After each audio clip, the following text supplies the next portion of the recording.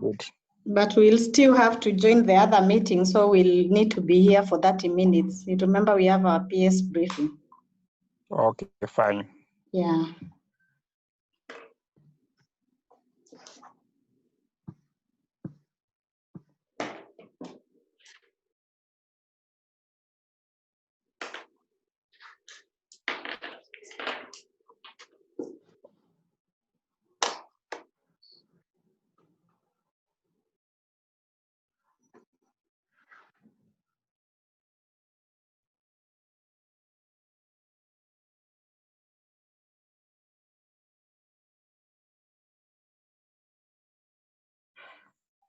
Hi, Josephine. Now that it's 10, is it possible we can start? Yeah, I think we can start because some people are pressed with time. So Yeah. I'll allow Eric to pick up with the program. Okay.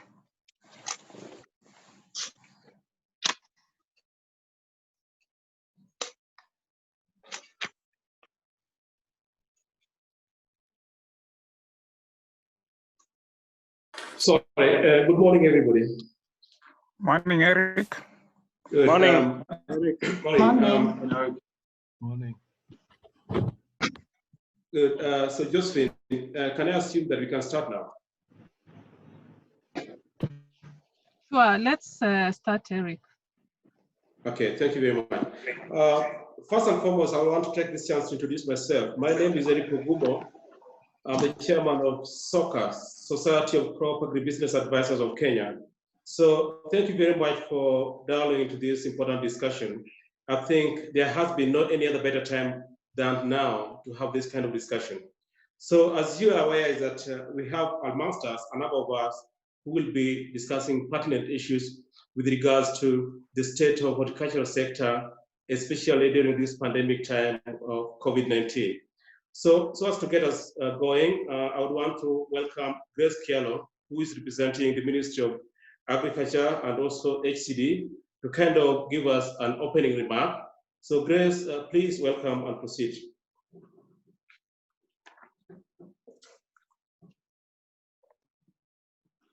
Hello, everybody. I hope you can hear me.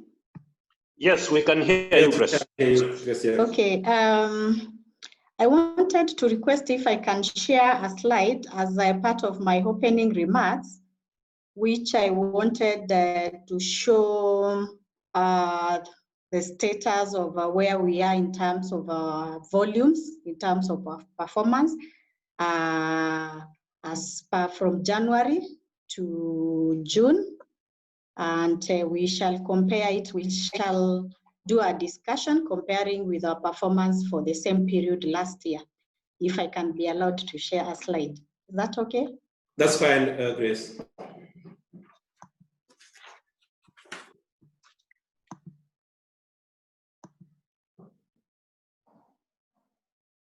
Okay, I don't seem to be able to share. I think you need to allow me to share. The host. Josephine, could you please help Grace to share, please?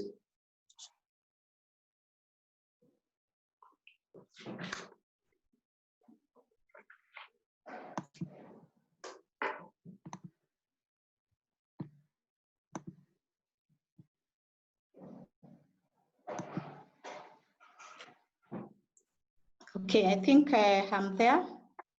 Yes. And this is, I think everybody can see the screen.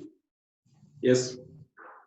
Yeah, I just wanted to give an overview of where we are in terms of exports. You will allow me, I will only focus on the volumes, and I will focus my discussion on performance of fruits and flowers. As we are all aware that our horticulture sector has really been one of the heat sectors, especially in terms of exports of fresh fruits and vegetables, as well as flowers.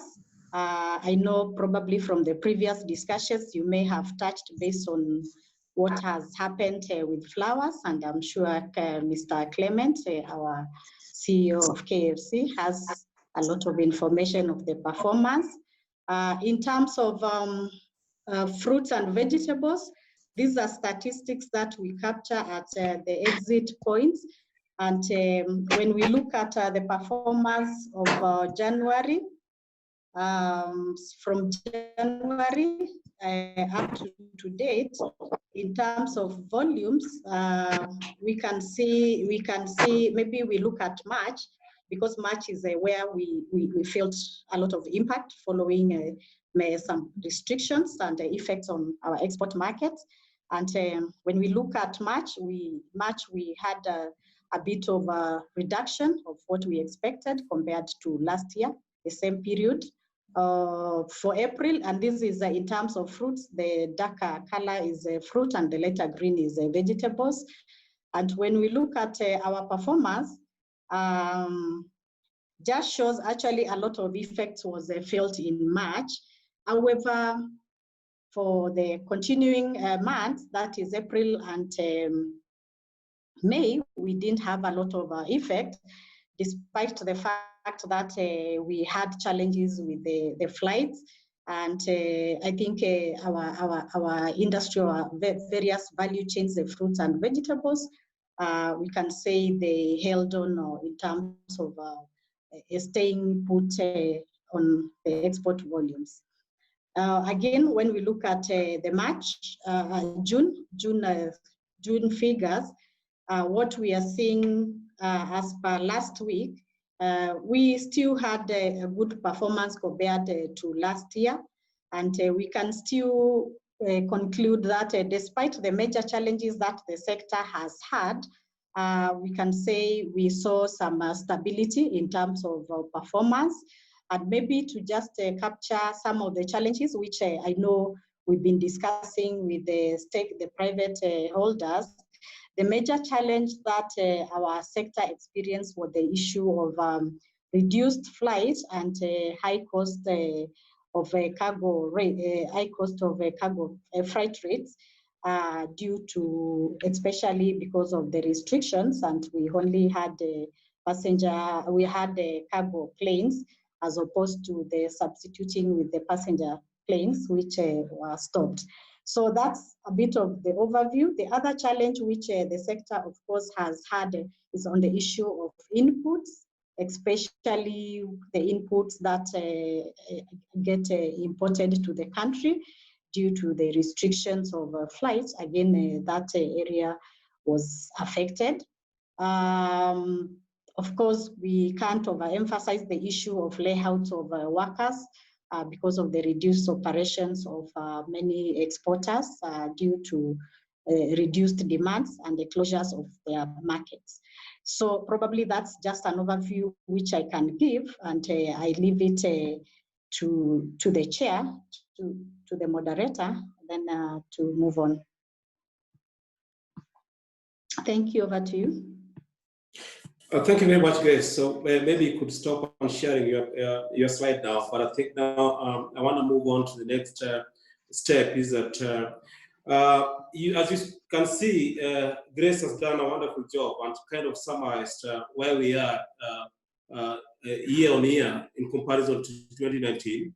We have seen a bit of challenges in terms of decline in exports of certain products, but at the same time, we've seen a bit of increase compared to previous year. So as to get us to what I'd call the most important discussion for today, I would want to introduce our panelists for the day. And one, Hosea Mashuki, who is the CEO of Fresh Produce Exporters Association. Then the next panelist we have is Clement Luzi, who is also the CEO of KFC. Then the next panelist is Yesi Meyer, who is the Regional Program Manager for Korea CP. And the other one is Joshua Oluyale, who is the Deputy Director in charge of Horticulture in the Ministry of Agriculture. And lastly, we have Grace Kialo, who's just given us the presentation now, and she's also going to be in the panel. So as to start us off, I would want to give each and every single panelist just a minute to introduce themselves and say their expectation in terms of this discussion. So I will start with you, Hosea. Thank you very much, Eric. Good to have me on this panel. Hosea is the CEO for Fresh Produce Exporters Association of Kenya. And my expectation today is that we'll be able to take stock of the impact of COVID to our industry, and probably delve into what we can be able to do now and post COVID to be able to continue with our business. Thank you. Thank you very much, Hosea. So next online is Clement. Clement, please just introduce yourself and share with us your expectation. Okay, my name is Tulezi. A lot of people don't get it right. Sorry, Clement. Could you please just increase the volume a little bit? That is, you Better. can't hear me. That's better now. Yes, please proceed. Okay. Yeah, Clement, CEO Kenya Flower Council. For us, we know that the fresh produce is one of the industries that has been hit hard by COVID. We have been literally surviving, and we are looking forward to a discussion that can help us look at how the industry can be revived, especially maintaining our market share in Europe and in emerging markets. So that is actually what we are looking at in this discussion, that we'll be able to find or mitigate ways in which we can be able to move forward, maintaining our market share in the major markets. Thank you. Thank you very much, Clement. I think that's really important because, as you can see, in looking at the data that Grace has shared, I think the flower industry has been more affected than the veg. There has been a bit of increase in veg export as compared to previous year, but I think the flower industry has seen a bit of a decline. So I think this discussion is very important for you. Next is Joshua Oluyale. Joshua, please, could you come in and just introduce yourself? And from the ministry perspective, what is your expectation out of this discussion? Yes, good morning all. Yes, sorry, I'm not in my office and I'm not in my house either. But all the same, this is a very important meeting. As you've heard, my name is Joshua Oluyale. And this is a discussion that we've been wanting to have for a long time. So I'm looking forward to us coming up with the next steps. Today is the start of a new financial year in government. So we want to start off and start running to make sure that we are able to recover as fast as possible. Thank you. Thank you very much, Joshua. Next is Yesi Mayor. Yesi, I know CP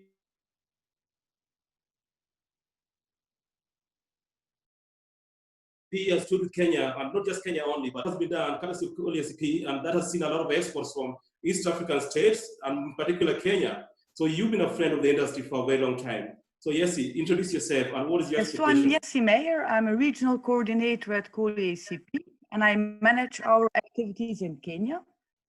And my expectation is to listen to everyone and to better understand how we can support the industry in the future, especially with the new program for Kenya, the next program. Thank you.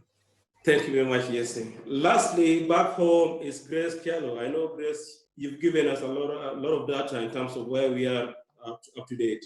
So what is your expectation from HCD perspective and AFA? Thank you, Eric. From this discussion and meeting, I would really wish to get and to review the areas that we can work together, all of us as a public and also as a private sector, to see us getting back our sector into where it's supposed to be, and probably even make it much better as we move forward tackling the COVID issues. We should look at the opportunities that the COVID has presented for us. So I look forward to talking with each other to review such areas. Thank you. Okay, thank you very much, Grace. Okay, I think we are going to have a very, what I would call a very open and candid discussion. So we'll go sector by sector, but for a start, I want to invite Ali. Ali, I want you to just come and tell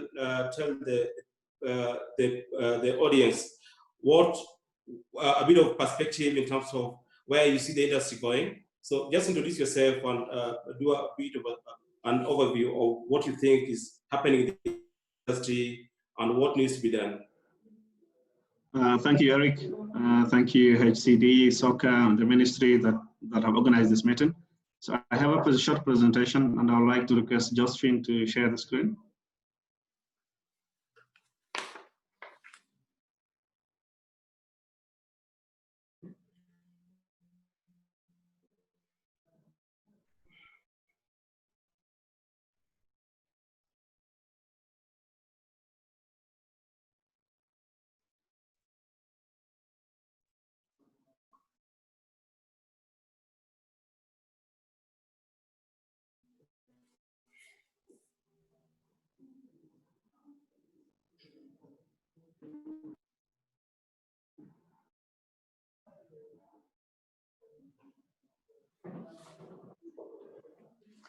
Good, as the screen is showing up, so we're going to look into a very short presentation about the impact of COVID-19 on Kenya's horticulture. Both HCD and SOCA have actually been analyzing. So Josephine, do you have the screen up? Okay, let me just share it from my end.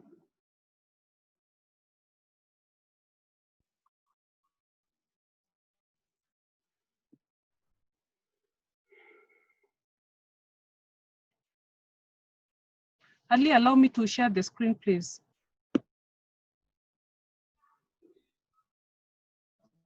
Good. I believe you can all. Okay.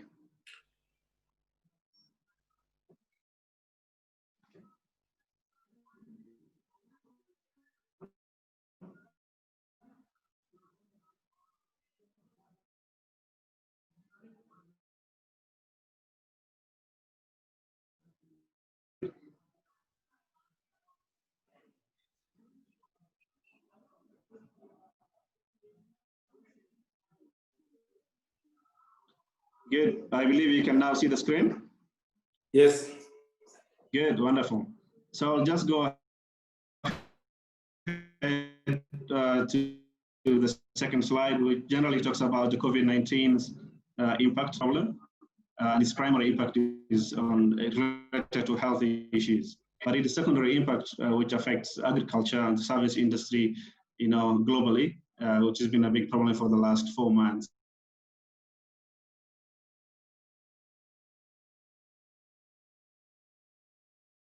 About 3%. Even farm actually much worse than the 2008-2009 financial crisis. And I'm sure you have seen the report from FAO, and globally, people are talking about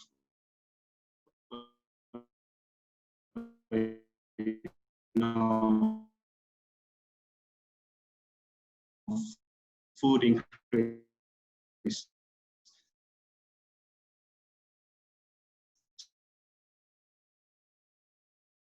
Especially wheat price, the industry, I think, what was that? So I'll quickly go to about 6 points here. Not all of them have had impact, but generally, if you look into agriculture globally, compared to other industries, agriculture hasn't been much affected. And so production and productivity has been one thing. Obviously, especially in March, when there's a bit of a panic, both production level has been affected. And obviously input. Grace mentioned very well that increased input, cost of input, and the fact that some farmers were unable to access, that was quite a bit of a challenge. Poor market prices, obviously because of market closure, that has kind of resulted in low prices, and we'll obviously talk about exports later on. But trade disruptions, especially at the very early ages, March, mid-March, there was that, people who were transporting fresh produce, some of them were kind of talking about losses at that time because obviously it's perishable goods. And import and export, the freight and logistic, which was actually mentioned by Grace as well, that was also a constraint for the industry. Increased cost of production. This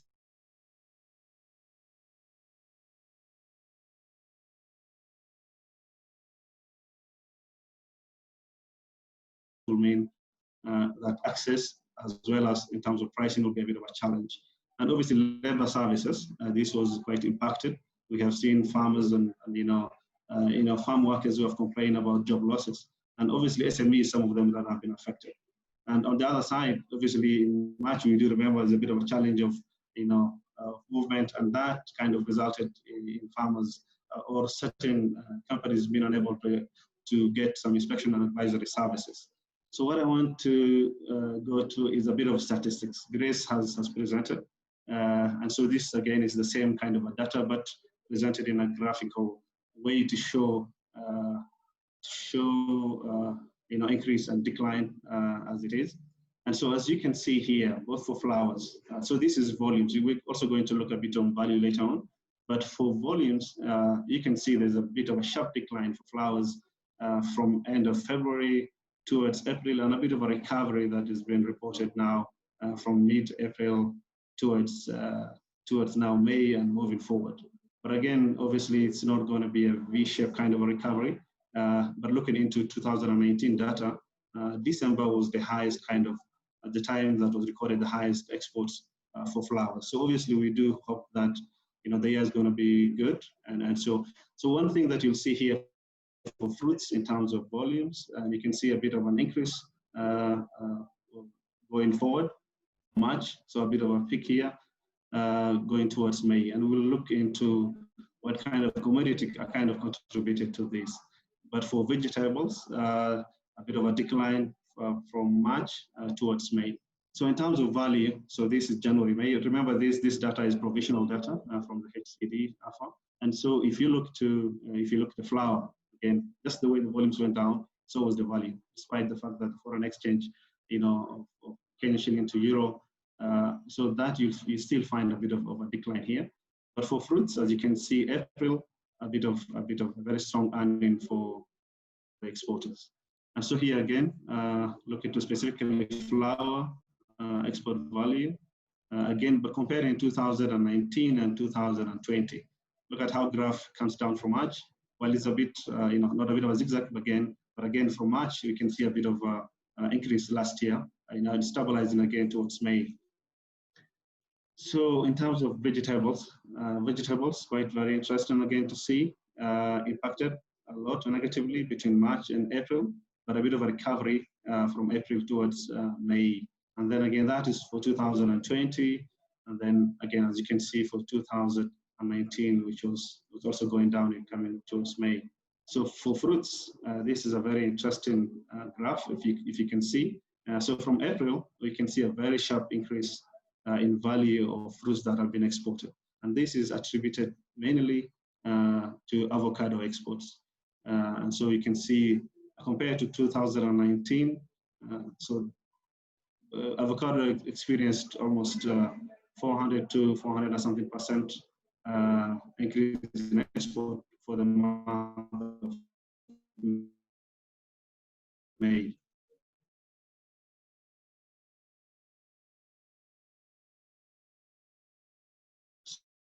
To COVID-19, which represents quite a lot of farmers.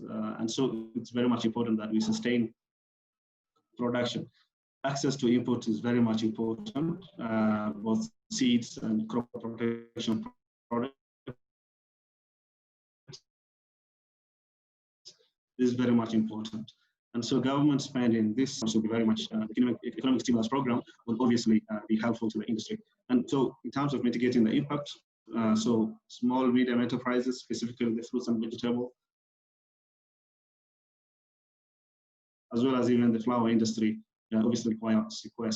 But one thing that's also very much important during this period is access to credits and finance. And so investment services are very much important, whether they're long-term loans or grants. So these are very, very critical. But again, we are competing with so many other countries in the end market. And so we need to be able to remain competitive. We need to be able to think about how best we can diversify our products as well as our markets, but also looking into the regional market, and this is something that is very much important. Trade and policy. So this is something that will also obviously come up, and it will be able to especially in terms of tariffs as well as any non-tariff standard-based measures that might come into force in the future. Obviously, smallholder farmers, as I mentioned, are very much important. But again, building resilience capacities for the industry, specifically, finances, access to markets, these are very important. And so this will be my last slide. And so it's very much important for us to be able to understand how the global market trends, what are the consumer preferences right now because of the economic shock, so people might really think of what is it that I'll be spending on right now. And so we need to be able to see what is it that the consumers need. One, again, that is very much important is compliance to standards. We talked about sanitary, phytosanitary standards. But again, now, food safety and health measures, obviously as advised by the Ministry of Health and WHO. So I'd like to end here. Thank you, Eric, and thank you to the participants. Thank you very much, Ali. So please, that was very insightful. I think very interesting data that you shared with us. I think that was very useful.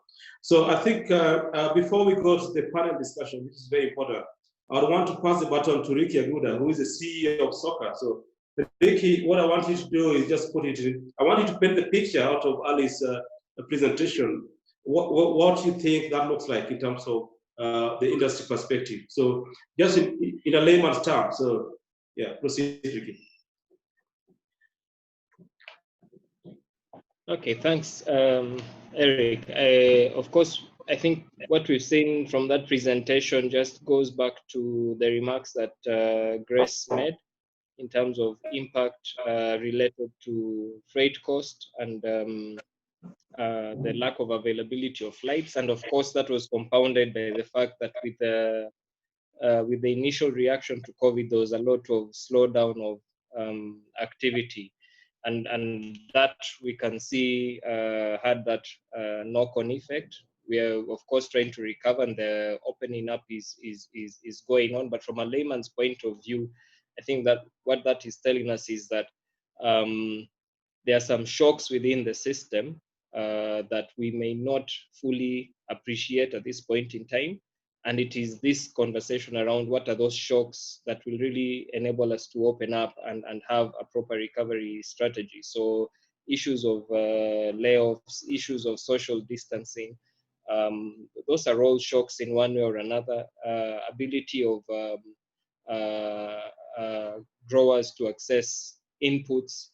There's quite a bit of things that are happening that I think from a logistical point of view need to be unpacked properly so that we appreciate what exactly is it that is going to take for the industry to be much more resilient if we encounter such a situation in the future. Yeah.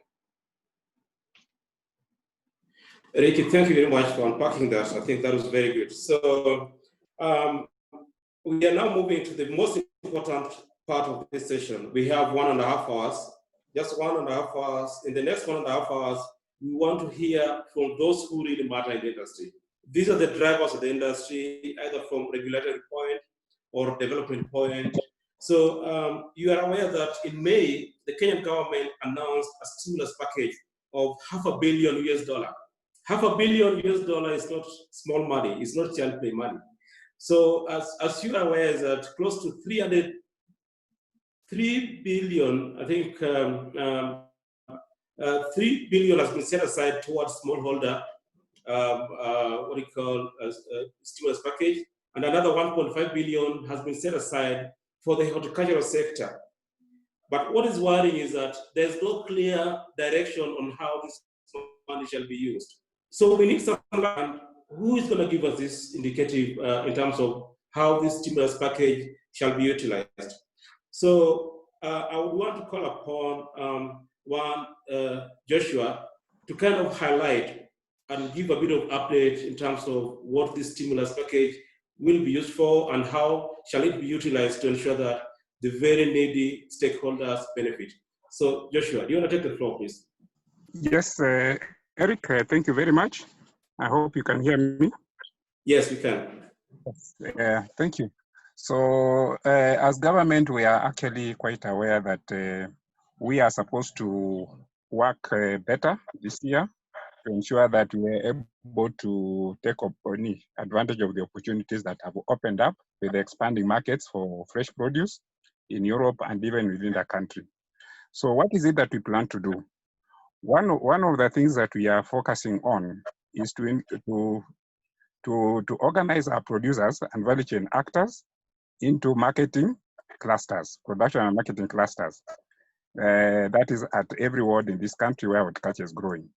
We want to provide farmers with access to inputs and services that they have been lacking, and also to provide them with market quality, market infrastructure that can ensure that the produce they produce reaches the market in the right state.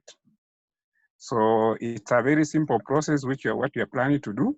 And I also want to add that this is also in line with our SDGs, that is our agriculture sector growth strategy, which has actually targeted 1,000 SMEs. So we want to call these clusters will be the SMEs in horticulture. And because horticulture represents 80% of the crops grown in this country, we expect that we should be able to form about 800 SMEs across the country. So how do you go about this process? We'll start with having a very good process of sensitization and awareness, and then followed by mobilization and registration. And the process of registration has already started. We are working with ASNET to develop data collection tools for the producers, for the SMEs, and any other actors like the service providers that we shall be working with to ensure that we achieve our objective. The other one, of course, is to make sure that those clusters are well managed by competent and credible leaders who will be able to organize production and marketing activities so that the work goes on in a flawless manner. And importantly is to note that for these people to work, the leaders to work very well, they'll be need to have a very well organized capacity building program. So we are going to train them on business skills. We are going to do mentorship program to ensure that they are able to do good record keeping. They can do good production planning. They can actually manage the finances of the centers very well. And also the issue about marketing. We want to make sure that these centers can actually be able to do very good marketing of their produce. And of course, there's the issue about private sector. We want this time to be able to identify public land and assets in every place where we have these clusters, so that we can have space for our private sector and also utilities for them to come and set up some processing or post-harvest activities. Joshua, thank you very much. Just a quick question for you is that I'm talking about 3 billion Kenya shillings going towards smallholder farmers. That's what I'm talking about 1.5 billion going towards the horticulture sector. Are you able to paint a picture on how will the 1.5 billion be used towards supporting the horticulture sector? I am saying exactly that, Bwana Eric, and we are very serious with what we are saying because we have already started the process. So you just give me time to finish, and then we can raise the questions. Yeah. So the other issue, and those issues have been raised by Ali. How do we increase production? So I'm now telling you how we are going to increase production, so that and also quality. So the other thing is, of course, once those centers are established, we want them to have a grant to start up the business. So this ban is going to establish, which can give farmers those centers a grant that will be used to set up a revolving fund, so that the farmers can be able to access inputs, can be able to access services, and can also be able to access the market for their produce. And but to maintain those centers running, we expect that those centers will collect commissions going forward to come in with sustainability. And then lastly, we are trying also to look at how we can create jobs in horticulture, because this has been an issue that we have talked about many times. So we are looking at SMEs, mobilizing SMEs, capacity building the SMEs, so that they can provide the services that our farmers require, like land preparation services, crop protection services, issues on harvesting and post-harvest handling, and all those things. And also have some machinery for transportation, equipment for transportation of produce from the farmers to the centers. I want to finish by saying that one of the important things that we have in the sector is that we have a lot of resources, even now, and the resources are from very many partners. But we have had a problem of coordination of these partners. So as part of the program that we are doing with COLACP, one of the objectives is to coordinate partners so that we can be able to release these resources to be able to use for the priority programs. So we want to do that by having, first of all, we are going to develop very comprehensive plans that address all the constraints. And then we are going to share these plans now with all the development partners in horticulture so that they can align the activities. And lastly, we want to establish and implement a mutual accountability mechanism and a robust M&D framework to now track the progress. So that by the end of this year, financial year, we want to be talking about an industry that is organized and partners that are organized and supporting the industry to achieve the objectives, which is increased production and exports of produce from this country. Thank you.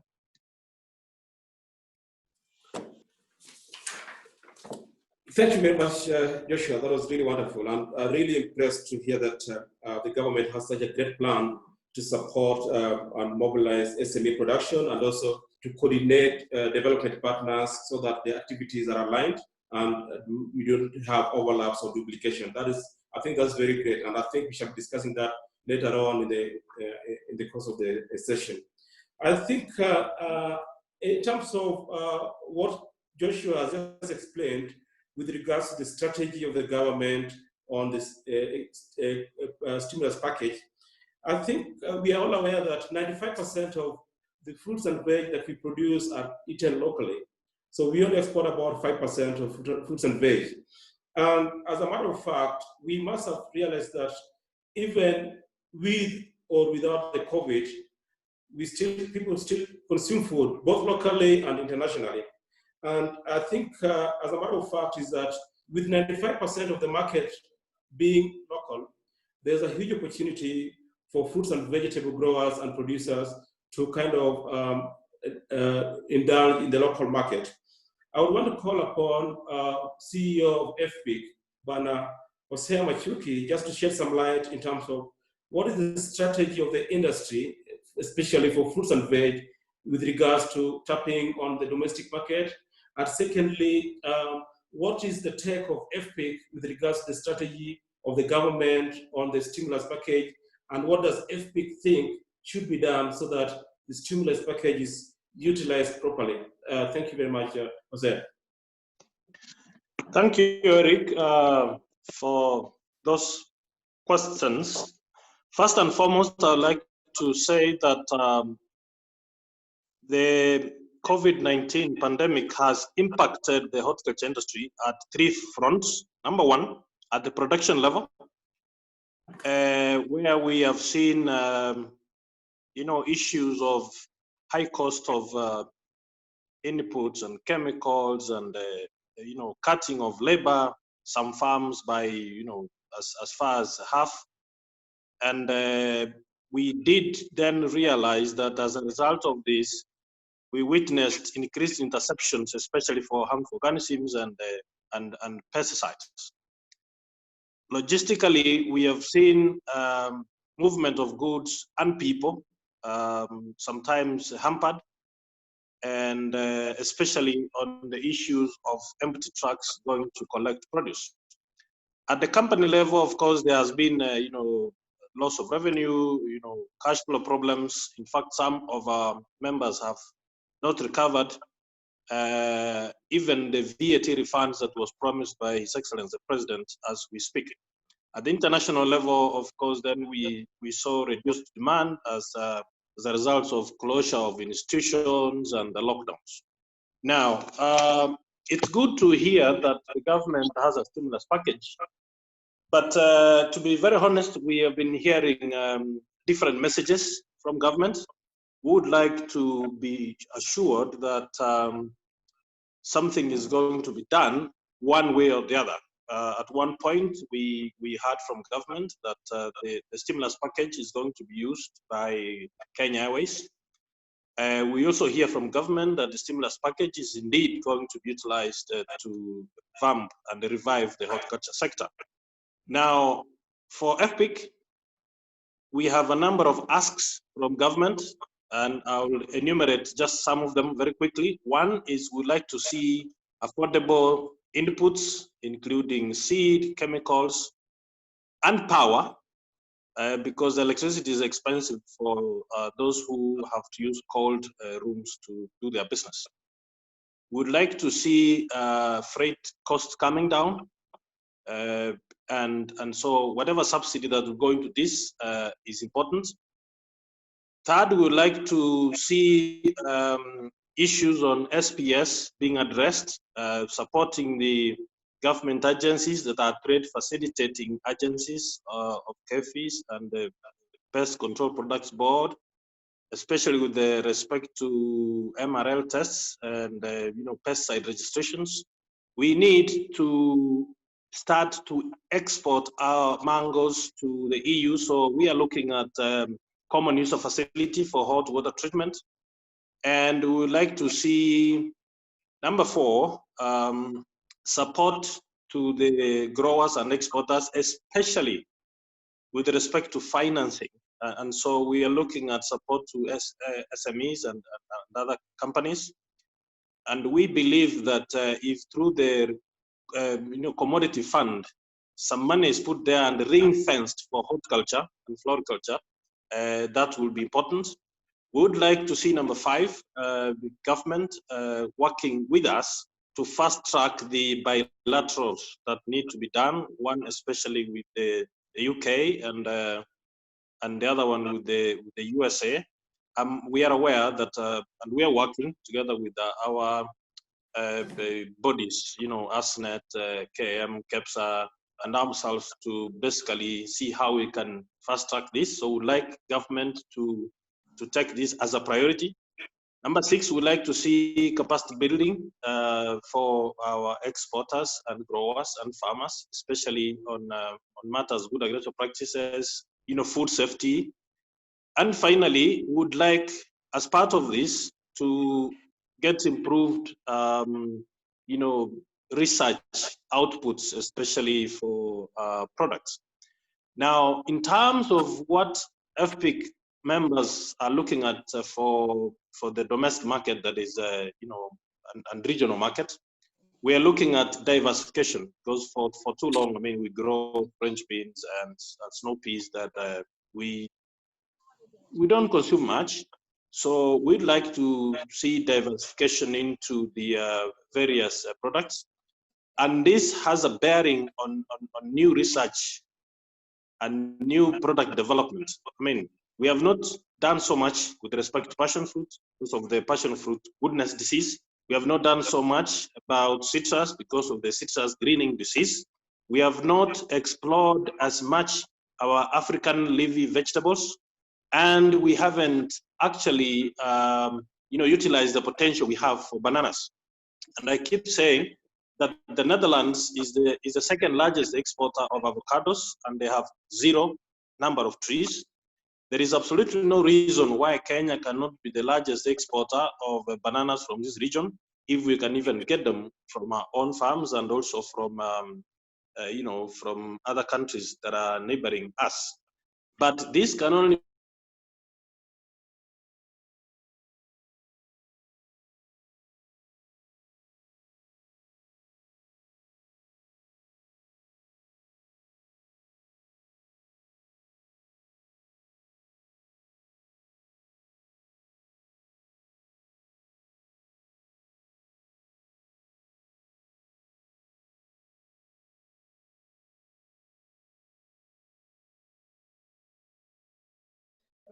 which I think with the ministry here and the regulators here, we are taking notes, because the outcome of this discussion will be kind of a strategy paper that shall be shared with the ministry and the relevant regulators and authorities in terms of aligning what the industry needs and see how we can harness the kind of synergies we have around. So I think that was really important. So I think I'm going to give time to next is my friend Clement Tulezi. Clement Tulezi is the CEO of KFC.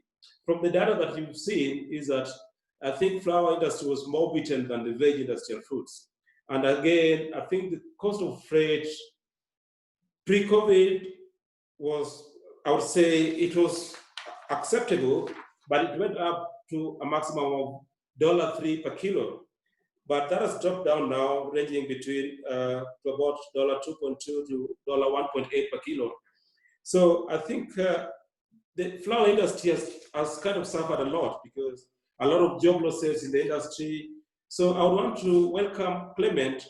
Clement, basically, just to share your insight in terms of how has COVID affected your members, and to what is your take in terms of this stimulus package that the government is putting in place, the 1.5 billion to the horticulture sector. How best would you want it utilized? So Clement, the floor is yours. Thank you, Eric. As Jose outlined earlier, you know, COVID pandemic had a huge effect on horticulture, especially flowers. Right from March, when we started to see the lockdown in our major market in Europe, and a lot of you know that Europe takes about 70% of our produce, flowers. We moved into a situation where there was completely no demand for flowers. The priority for consumers in Europe was basically food and their health well-being, you know, the medical supplies. That was the priority. So we saw the demand falling up to 20%. By the time we got into early April, we were almost at 20%, and you could see the tumble in the auction. Auction takes up about 50% of our flowers. The rest is direct. Even for the direct, we fell up to about 25%. So generally, we would say that we were at a level of about less than 80% in total. And this meant that generally everyone who was exporting to Europe was temporarily stop exporting because even when we shipped, there was no one was taking up the produce, and therefore it was being destroyed at that level at the market. We at our own cost because we have already incurred the cost of export, and therefore we started destroying at the farm. You know, that was the strategy, because we have to keep the produce fresh, just in case things will change drastically. We will have a crop that we can start exporting immediately. So that is the scenario that was there right from March through April.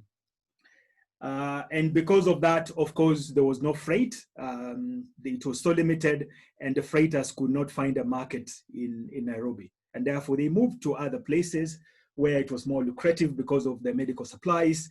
And countries in Europe and in America, in the Americas, were paying top dollar, up to 10 to 20 US dollars per kilo. We couldn't match that. But interestingly, from May, we have seen the demand coming up. And that for us was a ray of hope, that it is possible for us to be able to come back quickly. But then when that was happening, we, of course, as you mentioned, it was a major challenge for us was the freight. We couldn't match the cost, and two, that a lot of freighters had taken off from Nairobi, and so we couldn't find that. You have a market that you need to service, but you don't have the means in which you can be able to service that market. For us, as KFC, we moved into a lot of engagement with many people, including the airlines, the freight forwarders, development partners, government, anyone that we could talk to be able to alleviate this. So a lot of it also bore some fruits. You could see that Kenya Airways, from our discussion, they came in and they were able to lift some fresh produce, not necessarily flowers, but we were happy that they were reducing the pressure on the available capacity, so that we can be able to lift flowers.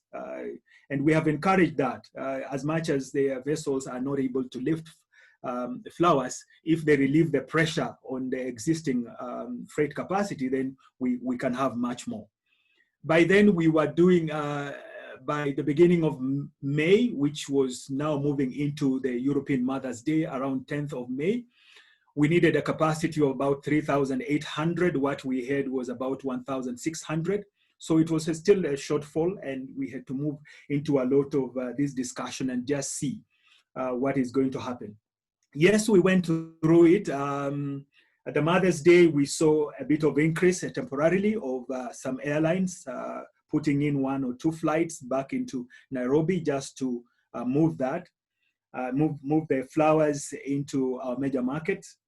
We could see a lot of some traffic also southbound through Nairobi to South Africa, which we were lacking before.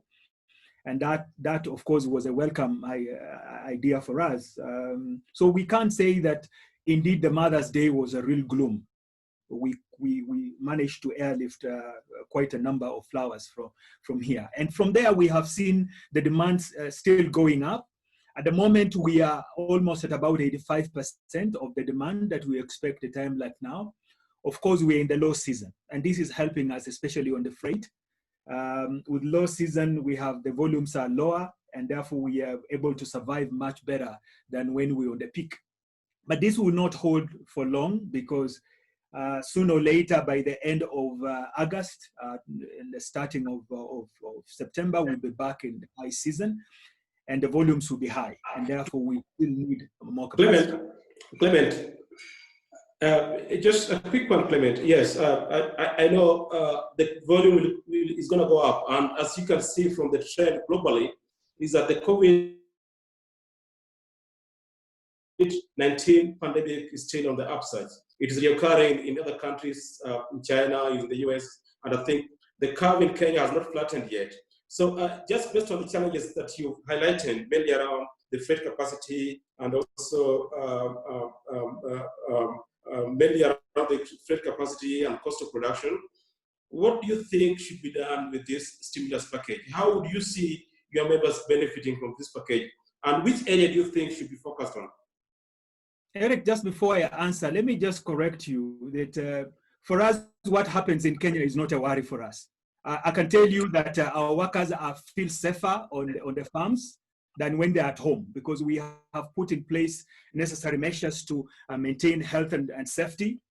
This is a highly regulated sector.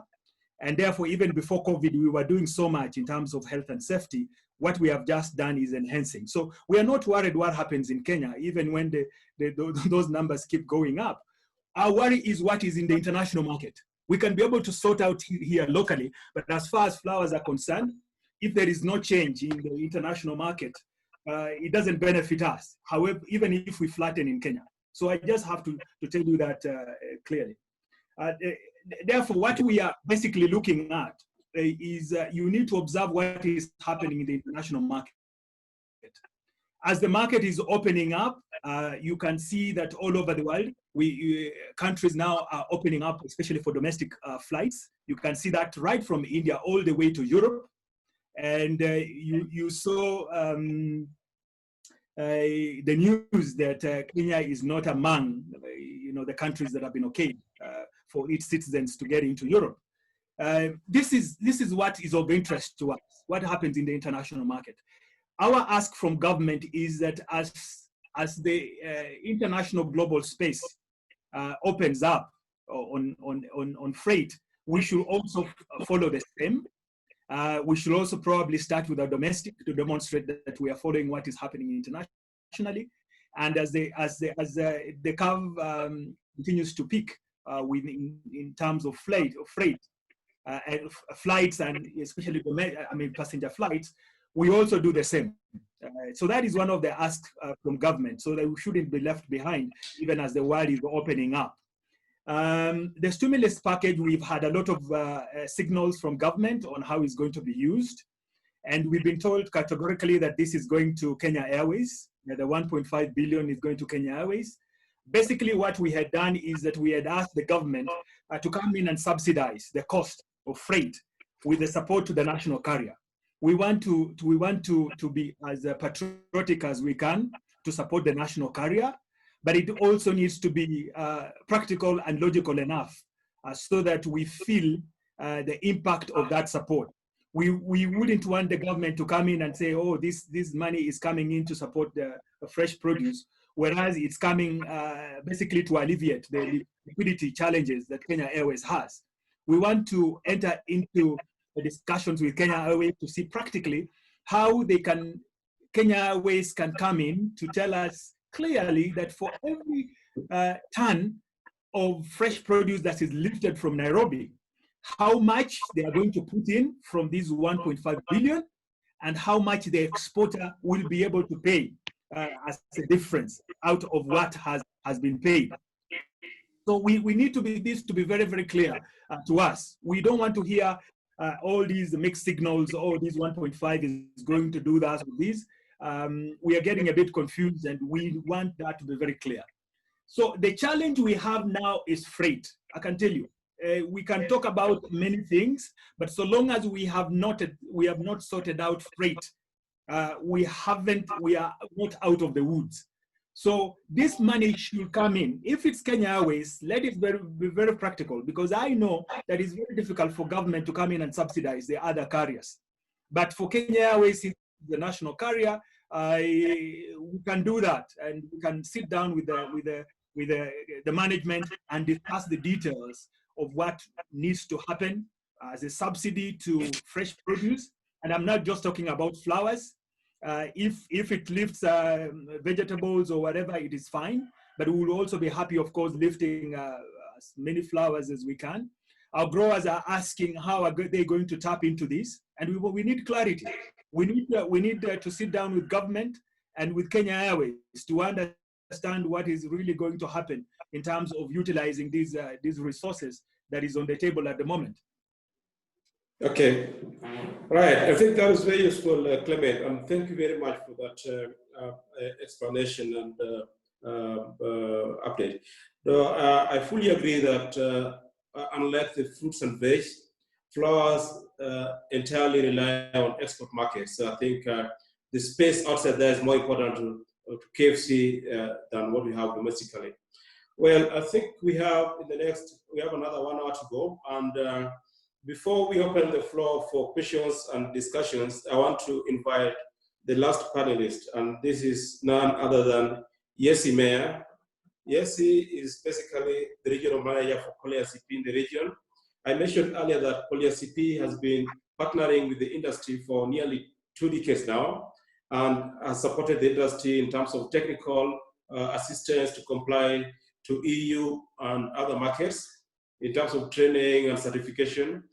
And I think, as you're aware, that there are a lot of interventions from the international partners, both EU, USA, DFID, but we've had challenges before, not just now. And the main challenge we have is that we tend to get scenarios whereby different development partners kind of do not communicate, and we end up with overlapping or duplication of interventions. And some of this duplication and overlapping has been blamed for failure to kind of realize the intervention. So, yes, I know very well that Korea CP has this next Kenya program. That's the new Export Trade Kenya program. I would want to welcome you now, one, to say what is next Kenya program and what does it entail in a layman's term? And secondly, what is the strategy that the development partners, mainly EU and USA and the others, have to ensure that there's no overlap or duplication of intervention, so that the interventions are coordinated, such that the impact can be felt properly. Proceed, Yesi. Yes, thank you so much, Eric. Korea CP has, since the start of the COVID-19 crisis, has to adapt. And so what we did is to check with the beneficiaries in Kenya which new needs they would have because of the crisis. And so we designed quite a lot of new support activities to respond to this.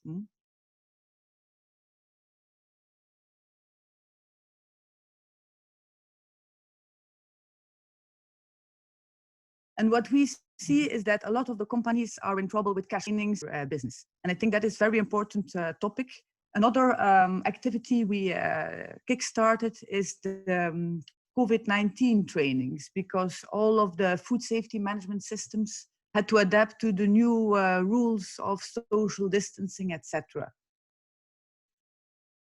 So these trainings are also ongoing. And with the new program, the next program, it is basically a program with which we will be able to do more of the same, because we have the current Fit for Market program in Kenya. And we will also be able to focus on a better coordination. And one of the activities we kickstarted is to revive the task force, which was existing in the past. And the task force will allow, the horticultural task force will allow for a better coordination of activities, as Joshua indicated. And I think a donor mapping will be key in this. A nice example of coordination of donors is in the mango value chain, where we have the mango technical committee with regular meetings. And I think under the task force, this should be expanded to avoid overlap or programs not being well synergized. Yes. That is it for now. Good, thank you, Yesi. Yeah, that was really brief and to the point. So really impressed to hear that the next program will focus on better coordination and also revival of the cultural task force. Just a quick question for you. In terms of government institutions, which ones are you working with in the attempt to revive the horticultural task force? Who are your main partners from the government side? Yeah, so government has a key role for the horticultural industry. So we will have a strong collaboration with KIFIS, because KIFIS is a very important mandate when it comes to regulating exports. HCD, of course. And one of the things we want to do under HCD is to have end of campaign meetings, each of the value chains, in which you can evaluate how the campaign went and what can be improved. We will do this for avocado, for mango, but also for the fine vegetables. So that will be very relevant. And then, of course, PCPB. We will have an important action plan with PCPB because the crop protection products are a key tool for the companies. And the MRL interceptions can be a real setback for export. Okay. Now that you mentioned MRL, yes, I'm aware that Kenya has now been put on 10% by the EU in terms of MRL tests for some of the products, moving up from 5% initially. So what is there any role or support that CP will play to enhance compliance of the Kenyan exporters to EU requirement? Yes, so for the French beans and peas sector, interceptions have been and still are an issue, and this is a real problem for export to the EU. I think to set up a national action plan for the issue, and this is already ongoing, in which each of the stakeholders will have specific roles and activities to mitigate the MRL interceptions. And one of the tools we will use for this is a self-assessment guide for French beans and peas, with clear in their instructions and risk assessment tools for export. Network has. Hello, Yesi, are you back? I'm here, yes. Good. I lost you for a minute. Sorry, so I missed the last bit. So please, if you can say again. Yes, so for the French beans and peas, we will use a tool for compliance that is the self-assessment guide. And this will allow for exporters to put in place measures for compliance. Okay. Right. Thank you very much, Yesi. So I think now we've had a presentation for the key stakeholders, and I want to invite one last one. And I think Josephine, I know Grace must have left for the other meeting, but if you're on the floor now, in terms of from the perspective of HCD, do you want to come in and just kind of give a brief of what kind of interventions that HCD will put in place to support the industry? Sorry, please, could I ask the rest of the participants to mute their mics? Susan, could you mute your mic, please?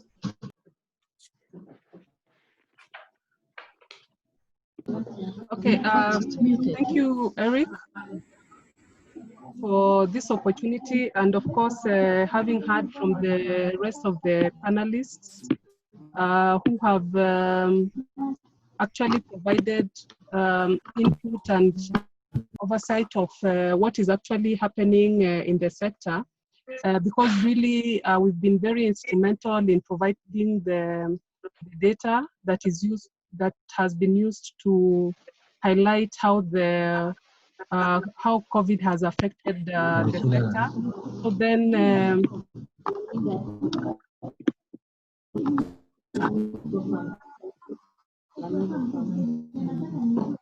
Sorry, Susan, can you please mute your mic?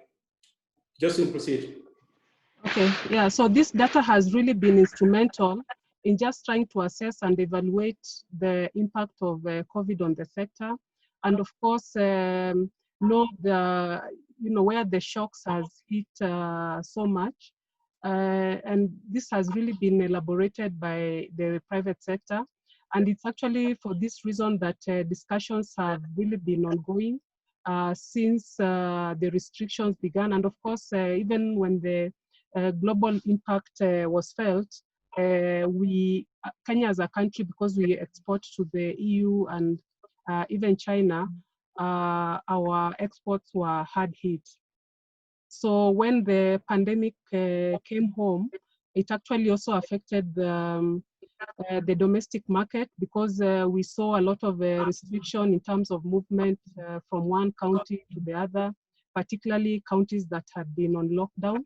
So as the directorate, we ensured that there was movement of food across the country, so that consumers could have access to food. So those were really like the immediate actions that really needed to be taken care of. But of course, these other challenges that have been raised by the earlier panelists really are what is under discussion. But of course, in terms of the stimulus plan, as we've had, a good percentage is going towards Kenya Airways. However, as HCD, our role of coordinating the different players within the sector, we've been able to prioritize the specific interventions which, as government, can really pick up, particularly the SPS issues, really, because standards really have to apply, whether there's a pandemic or not. And also being alive to the fact that in order to comply to some of these standards, some liquidity and capital is required by both the growers and the business people. So it is in that regard that we've come up with at least 5 priority areas that need to be looked into, even as we are looking in at the freight aspects. So then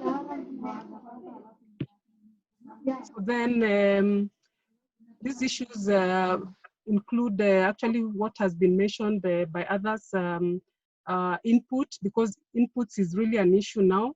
Besides even affecting exports, it's also a food security issue, because then if farmers are not able to access affordable inputs, then it affects also the quality of the output of their yields.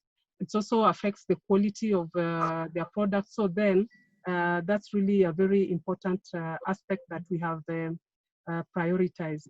The other aspect is, I know Hosea talked about the commodity fund. with this fund is actually mostly supporting the tea and sugar and the coffee industry. So we saw it is really necessary, given the pandemic and the importance of the horticulture sector, that a fund for horticulture also be created within the commodity fund and reinvest specifically to provide funds to the private sector or growers who need these funds in case, given that we are really vulnerable during vulnerable times, not only during the pandemic. So really, we still remain a coordinator and a key regulator for the sector. So, and as you're aware, we don't do business ourselves as government, but we'll be in the forefront of using our parking facility or providing the common facilities for hot water treatment or supporting private sector establish fumigation facilities to be able to meet the SPS requirements. So, and I really appreciate the pickup that has been done by the National Horticulture Task Force. So this is also one of the mechanisms of also coordinating the sector, and this will actually look at all the areas that are required to make sure that the sector comes back to how it was before COVID. So it will not be limiting, but it also provide a roadmap of where we expect to move forward. Thank you, Eric. Thank you very much, Josephine. I think you mentioned something that I will come back to on the Horticulture Commodity Fund. Before I ask, there are a number of questions in the chat which I'll direct now. But is there any question to Clement Tulezi of KFC before he leaves? Is there any question from the floor? Hi. Yes, Dr. Bimal, continue. Hi, Eric. How are you? So, as I said, my name is Bimal Kantari. I'm the chairman of ASNET. So, I wanted to first just congratulate KFC and FB for doing such an excellent job. I think both of them, Clement and Hosea and Apollo and the whole team, have really performed in the last 3 months, and you can see the impact of what they've been doing. And I think they're really a good people dedicated to the industry. So, my question to Clement is that, Clement, of course, that the overall market is going to shrink because of just off-season. Is there anything we can do to mitigate that demand? Is because I hear also that European farmers are not going into their fields; they're not, harvesting simply because of lack of labor. Do you see an impact of that happening in your demand for flowers in the next couple of months? Usually it's off-season, but this year may not be an off-season. What do you think, Clement?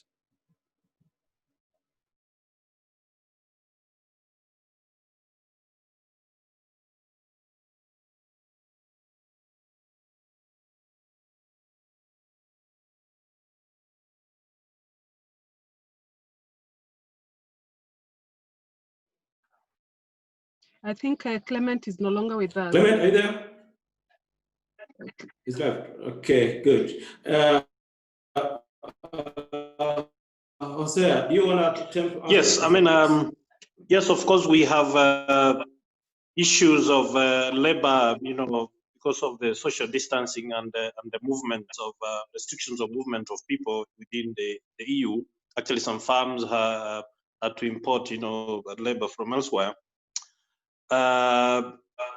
Yes, we at the moment, Bimal, as you're aware, this is a low season, so we are cautiously optimistic that things are going to go up, that the demand is going to rise up again for especially flowers as we get into the high season in September, October, going into November, December. But what we can say for now is that we encourage farms to continue producing and to continue preparing for the high season, because it takes the average of 75 days to prepare a stem for export.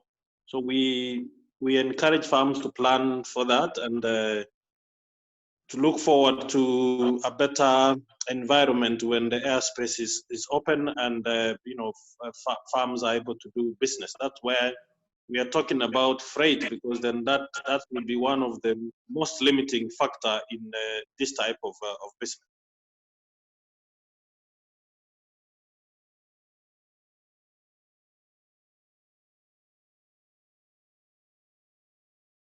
But I hear that there is strong demand, but there's not enough production on the ground, because obviously I think you've already been through it.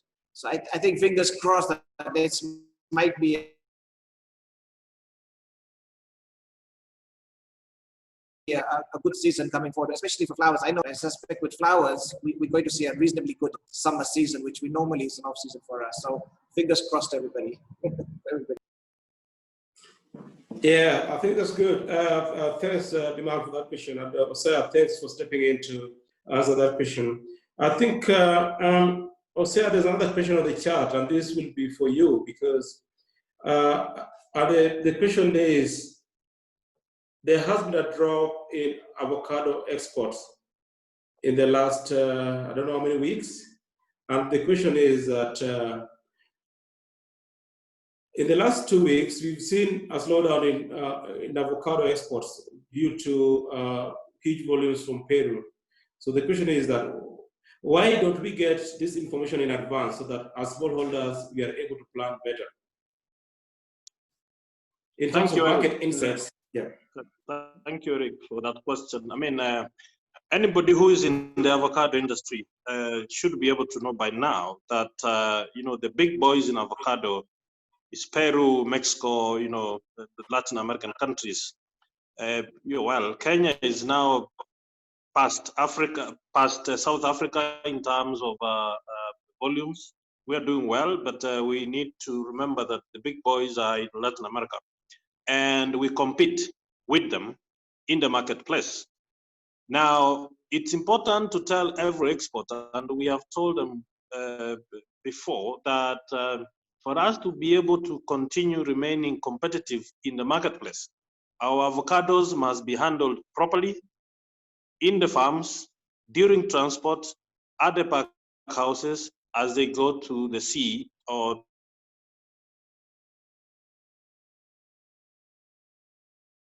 to the airport for export. Now, out of Kenya, once they arrive at the marketplace. We have had studies, we have had experts going to sample avocados, cut them up, and they are basically rotting inside. And the avocados from Peru and Mexico don't have those characteristics. So we just need to be sure that we export mature avocados, handle them well. We must stop this business of transporting our avocados in open pickups, dusty pickups, putting them in gunny bags and, loading them on top of each other. It spoils the quality. So if you are a European person going to a supermarket and you have this Peru and Mexico avocado and you have the Kenyan one, most likely you're going to go for the Peru and Mexico one, and the Kenyan one becomes a filler or a product of the last choice. So that we must say.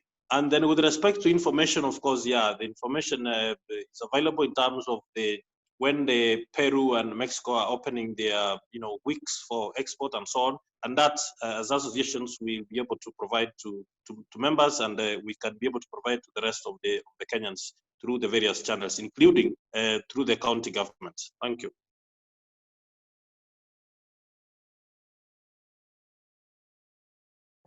So thank you very much. I think that is very useful. I know we've had challenges before with HCD kind of putting like a quota to control the start of avocado season, but apparently that doesn't seem to have helped much.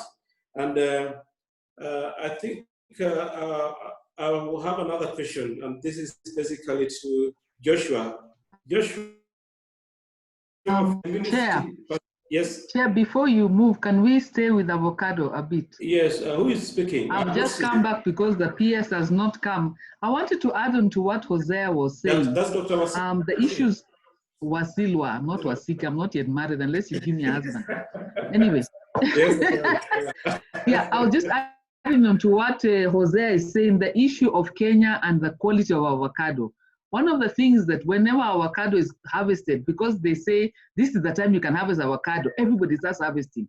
Yet these things are coming from different agroecological zones. So as much as we're in the hotter areas, the avocado is more advanced and more mature. In the cooler highlands, it's behind. And now you've said avocado season open. So everything is open. What we now need to do, and there is somebody who talked about issues of digital marketing. We need to have digital maps, real life digital maps. The information that HCD uses to give us statistics of how much our horticultural crops have been produced annually. Can we now have digital maps that for the different crops, okay, here there's a big focus on export. We're not really talking much about the 95%, but have that information so that even when we say the avocado season has opened, we say the people in these areas can now begin to harvest. Not everybody. And then now there's a project with the HCD and Calro. We're working closely with the Plant and Food Research New Zealand, and they're going to bring us these gadgets that will really help in terms of having staff on the ground, whether it's HCD staff, Calro staff, or whoever else, the private sector, and they have these gadgets so that even when we're saying, okay, now you can harvest, the guys who are tasked in the respective avocado growing areas or any other crop we're dealing with can now come and confirm this is the stage at which the crop is at, now harvest. That way we'll now be able to ensure quality. Let us use what God has given us. We are the country with M-Pesa. Why aren't we having this information online, having maps for every county, even up to down to the ward, where you click to your ward and you see, no, my place is a little bit high here in Muranga County, let me wait a bit when it will now be time for me to start harvesting, or who do I need to contact to come and confirm that my avocado are mature. We now need, it is now cutthroat competition. Kenya is doing extremely well. We've moved the ranks. People will do whatever they can do to take us down. Can we use research? Can we use HCD and the public sector? Our role is to serve the private sector to ensure that we're having quality produce. Thank you, Jose, for saying research, research, research. I'm shocked there's no researcher on this panel, but I'm happy that our peers has delayed in coming, so I'm able to come and talk here. Can we do something where we work together? They're little projects, little money, but if we put them together, we can be able to provide that information to serve the horticulture industry.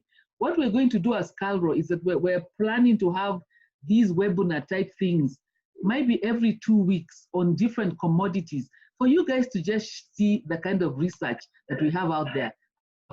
I had money to be able to communicate, but now with these things on the computer, we can do that every 2 weeks so that the industry and Kenyans are able to see what Calro has, who we're partnering with, who we need to work with to get this information. We have a lot. Issues on citrus. You guys don't even know how many varieties we have. Banana, my goodness. Jose, you'll slap me. You'll be shocked. We have 210 banana varieties in Kenya. Nobody knows that. 82 citrus. Now, and these are the new ones, not these old things that we used to have. Fantastic stuff for us Kenyans here and even for export. But we don't know that because of the issue of funding. I'll have to stop there. I went beyond because I might have to. Thank you, Chair. Doctor, thank you very much. I didn't realize on the floor. So yes, that was really insightful. And I fully agree with you that we cannot undermine the role of research in all these things. And you put a challenge straight at the door of HCD, which I think in terms of putting a blanket ban and say, fine, you can start harvesting from 15th of May until this time for various varieties. But we are not making use of digital opportunity to kind of support the smallholder farmers. Well, I think I'm gonna dive deeper into this avocado discussion because I think avocado must have contributed to the hike that we saw on the fruits export even during the difficult time of COVID. So I want to invite Maina Karoiru. Maina is an expert on avocado and he's dealt with them before. So Maina, do you want to share your insight in terms of what you think is a challenge with avocado? Thanks so much, Eric. Good afternoon, everybody. I think it has been an excellent webinar, a lot of sharing and learning. Thanks for everybody for putting it together.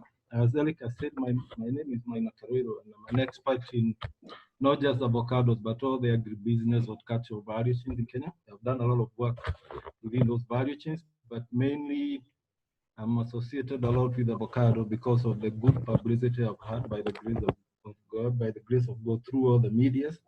And also I do farm avocados and mangoes for export. So I want to talk about this issue about the impact of Latin Americans on avocados. Number one is that despite the figures going up, what you've seen in the presentation by HCD in April and May chapter, it was mainly largely to the constraints and disruptions of value chains in Latin America. Kenya is having a huge problem.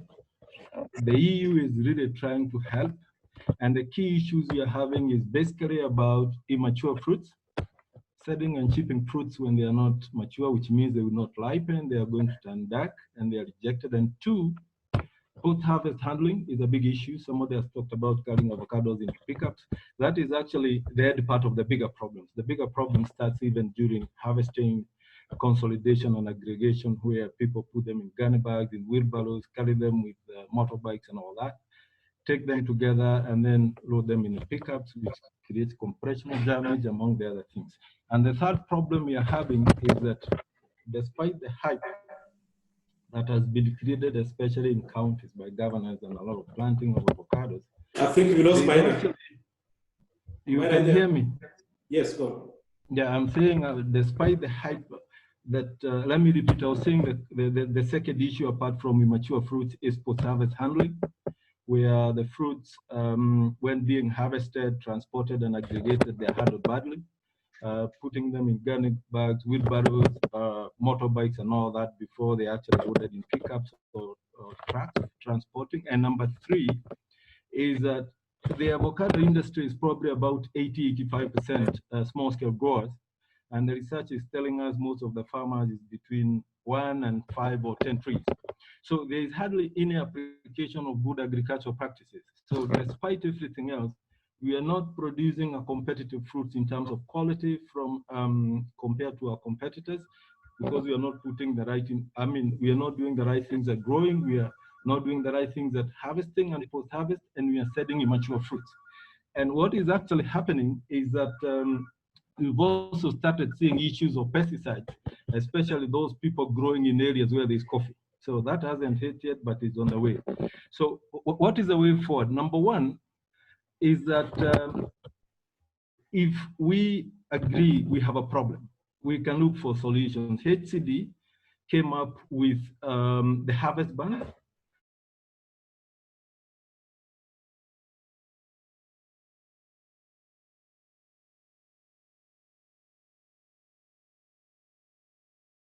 It has worked, but not worked effectively. What I actually think we need to do on top of the harvest ban, we need to do some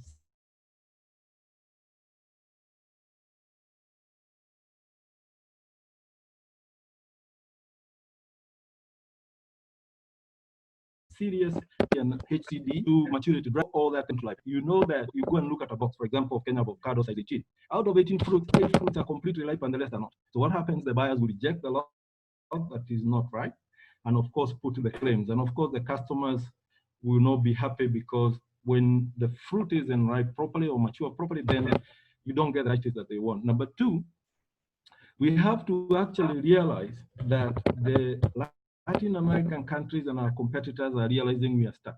We can't do it right. And today, Kenyan avocados, many people will tell you, we are getting the lowest prices, apart from Kakuzi probably, who are able to get the quality and value chain sorted. So we need to look at issues of immaturity. I'm privileged to have been doing some work with CP on the value chain, just to try and bring up these issues on trainings that we've done. And we hope that this gets deepened so that everybody realizes we can grow our avocado export probably by another 40–50%. But we have to do things right. So that is on maturity. Then on transport, there is actually a law that bans, I think it's HCD, it bans transporting avocados in open pickups.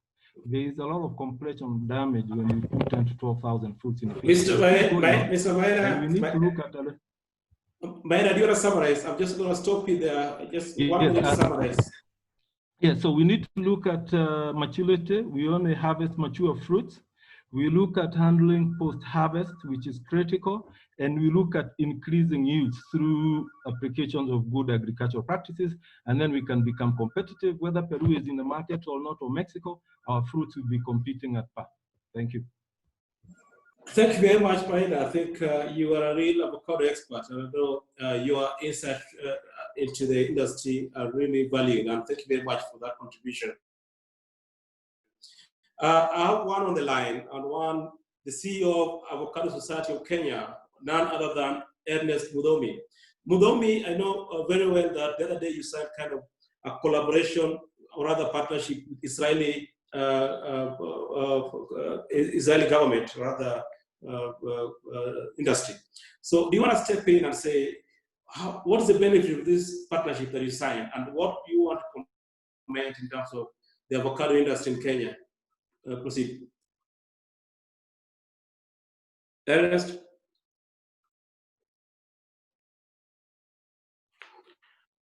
If Ernest is not here yet, I think I would want to invite Josephine. Dr. Wasiru has challenged us in terms of getting more technical and using digital data. Okay, I can see Mudomi there. Mudomi, can you unmute yourself and proceed? Mudomi, you're muted.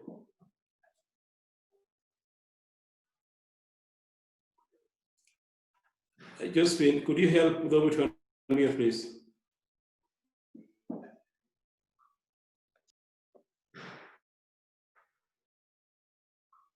Hello, Josephine, can you unmute Mudomi? Okay.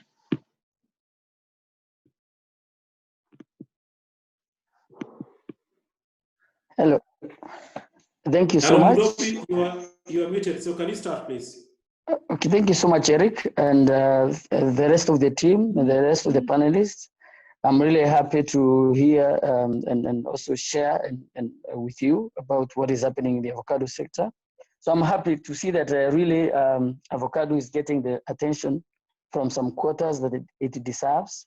And I'm grateful for the members of the Avocado Society, some of them who have made the choice to start a new break so that Kenya can become a world leader in avocado production in terms of quality. So I want to say that Kenya is right now with the right mindset that we really are set to be the best in terms of quality.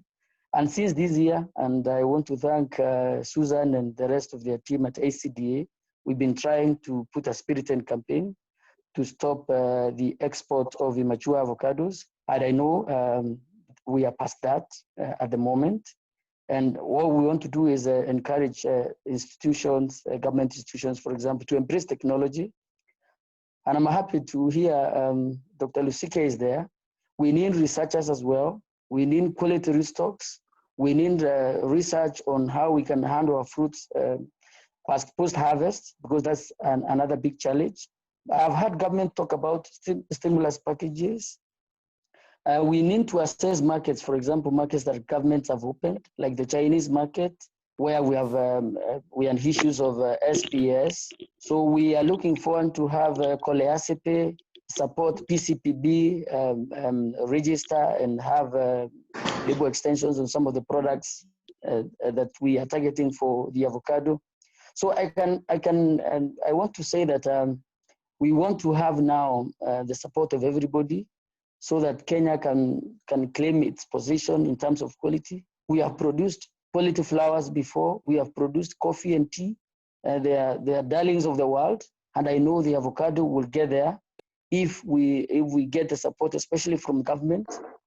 We would want to see, for instance, ACD modernize their facilities so that we have modern avocado processing facilities in all their infrastructural facilities around the country, so that farmers can even aggregate their produce there, and the exporters can actually pick the produce from there. So there is really a lot that we need to do to make Kenya a world-class avocado producer.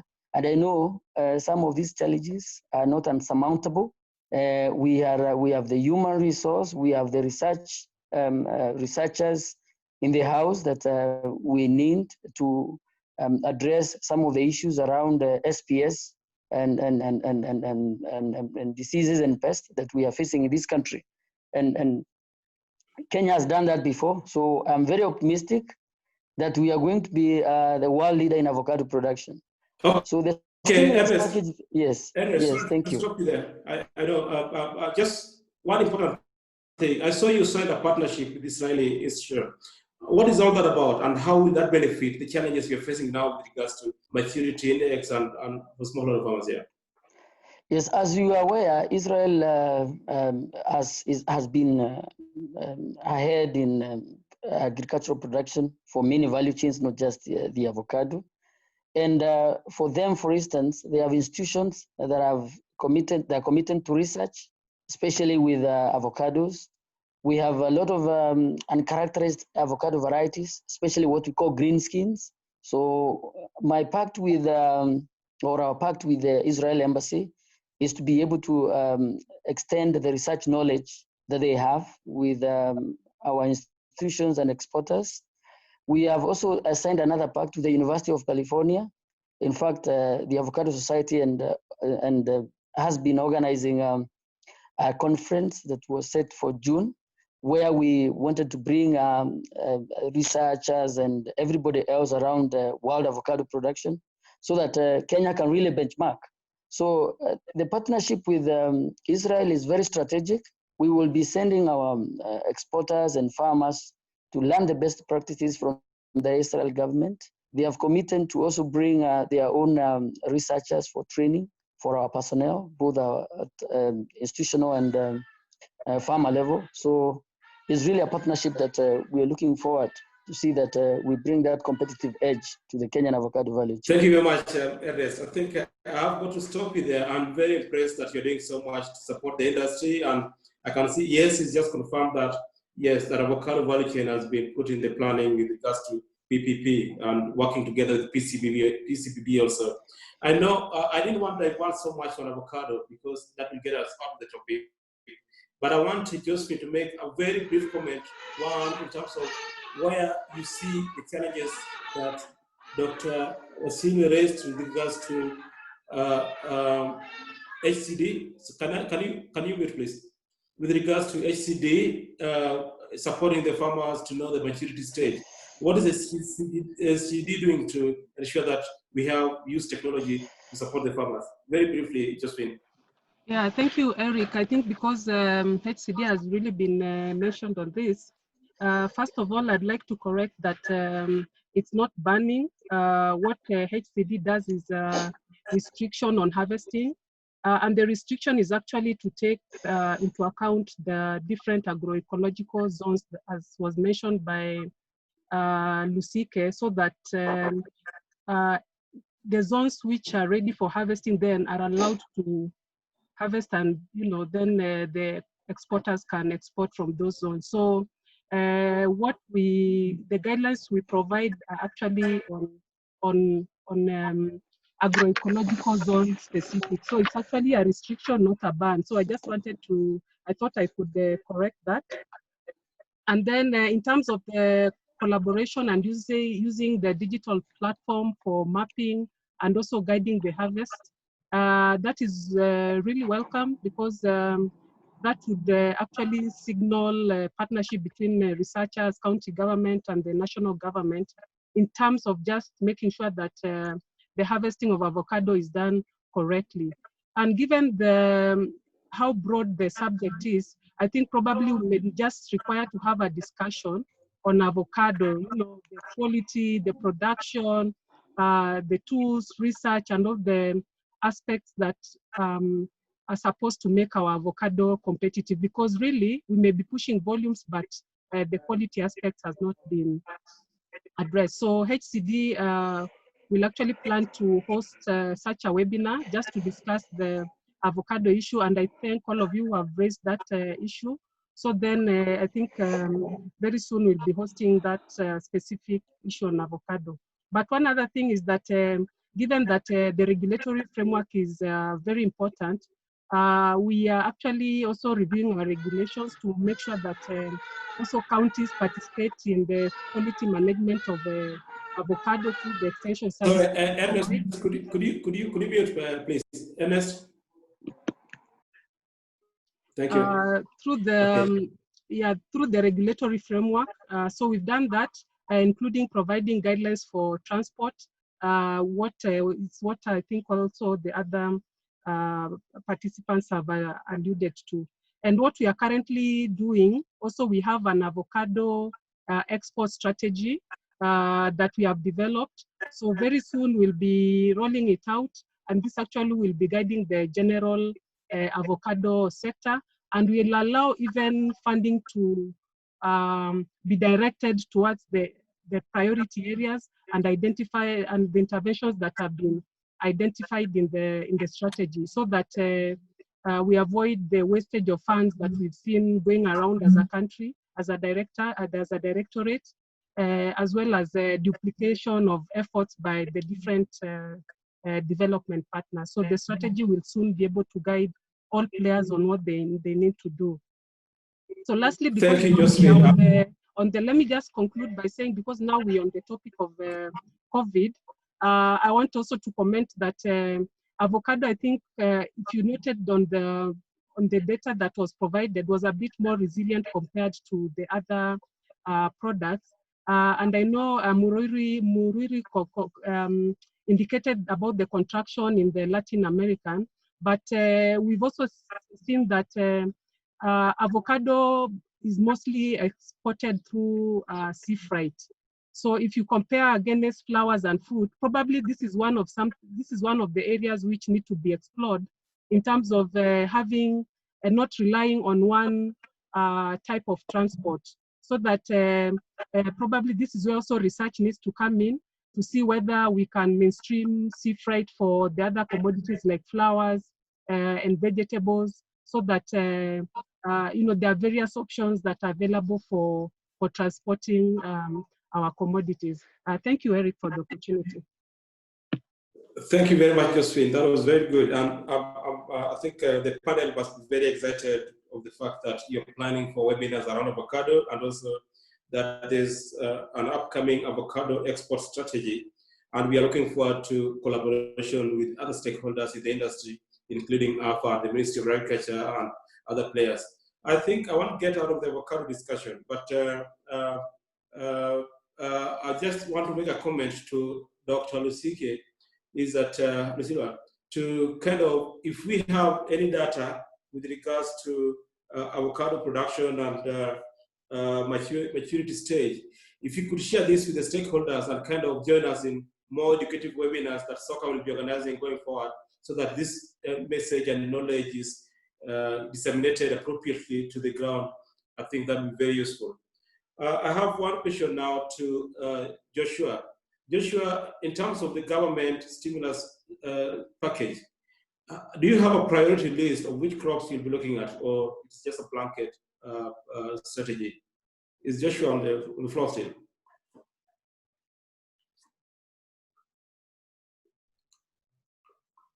Joshua?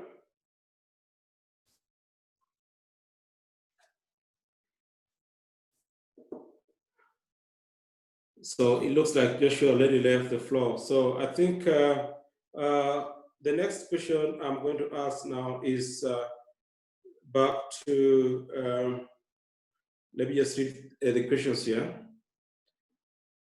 Yeah, we talked about regional trade, and we have not exploited what we call the African Continental Free Trade Area. So Osea mentioned very well about the banana opportunity. So Osea, what is the strategy of your industry in terms of diving deep into the African Continental Free Trade Area and making sure that we kind of diversify our market? Thank you very much, Eric. Allow me, just before I answer that, I wish to answer a question asked by Nekesa Wafula about what FPIC is doing with respect to logistics and and why we're allowing rejects into the domestic market. Nakasa says he has stopped eating avocado now.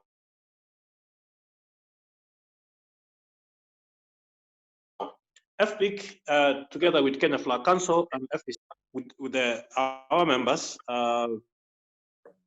with the support from Trademark East Africa, to develop some advocacy work around freight. So that is something that is coming up soon, and also about a communication strategy to enhance our image within the marketplace, and finally to support the growers and exporters with respect to certifications. So that is support that we already have from Trademark, and we are looking forward to doing that. Now, going to the subject of Africa continental free trade, I wish to say the following, that number one, as a country, we have developed an integrated national export development and promotion strategy 2018-2022 that gives us the targets of increasing our trade by 25%, especially in agriculture. And as we're aware, Kenya has trade commitments with the WTO, with EAC, with COMESA. There is even a tripartite free trade area between EAC, COMESA, and SADC.